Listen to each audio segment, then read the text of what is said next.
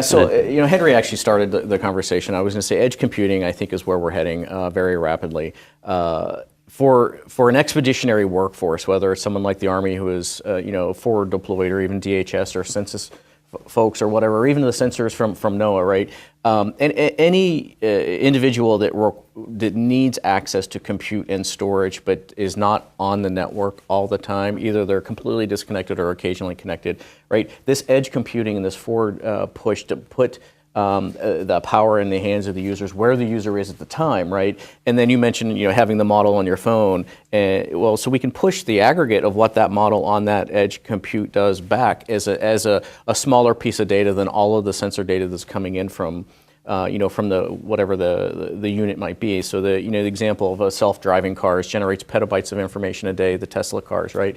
Petabytes a day, and only a few gigabytes get sent back to Tesla for analysis as a corporate entity. Now, obviously, thousands and thousands of cars all going back to, Tesla is a lot of big data problem, right? But the amount of data that the LiDAR and then the radar on one of these cars generates is just, very, very, very voluminous, right? And that processing there on the edge has to happen, right? And so that kind of ubiquitous edge computing for us needs to happen from a soldier perspective.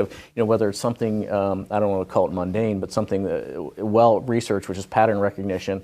But mentioned earlier the cat. You can recognize a cat if it's on a white table facing you, and it's trained to recognize that cat. But you turn it upside down, you flip it, and you get all sorts of crazy reactions from the machine learning algorithms today, right? So that's not acceptable on a battlefield, not even close. So how do we train and not poison the well in that edge environment that has the access to the compute capacity? And the last thing I just want to mention is the emergence of broadband wireless communication that is now people recognize the need to have protected wireless communication, right? The military's needed protected SATCOM for quite some time, right, for lots of various reasons. But things like 5G are really going to change that dynamic in the battle space and giving us access to not only broadband so that we can reach back to the enterprise as required, but also being able to leverage that processing on the edge is going to be critical. Yeah.